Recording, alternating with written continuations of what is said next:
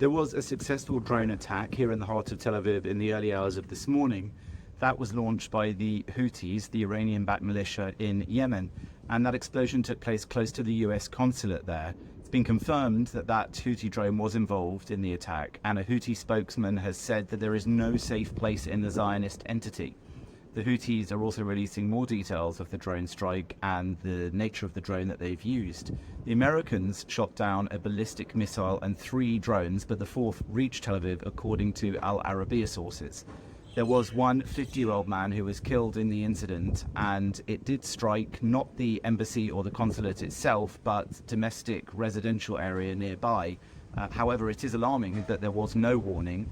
There was no Iron Dome interception, that is the Israeli aerial defense system that most people here are used to relying on to shoot down missiles and incoming attacks before they take place.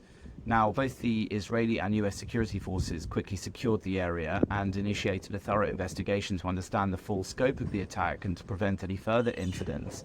It's now said by the initial IDF investigation that the reason for the lack of warning was human error, which means that this could be quite an alarming idea, quite an alarming sign for Israelis who had no warning before this. Indeed, there were eyewitnesses who were sitting on their balcony in the small hours of the morning, and they actually witnessed the drone incoming and then exploding. They described it in some detail to Israeli TV.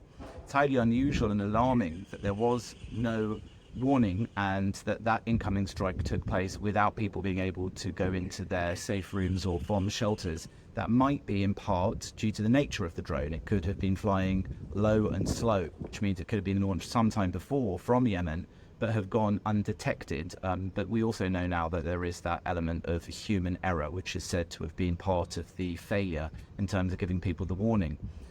The US Embassy moved from Tel Aviv under President Donald Trump's time in office, but there is still a big presence there, a big diplomatic presence there, and that is right next to where this drone struck.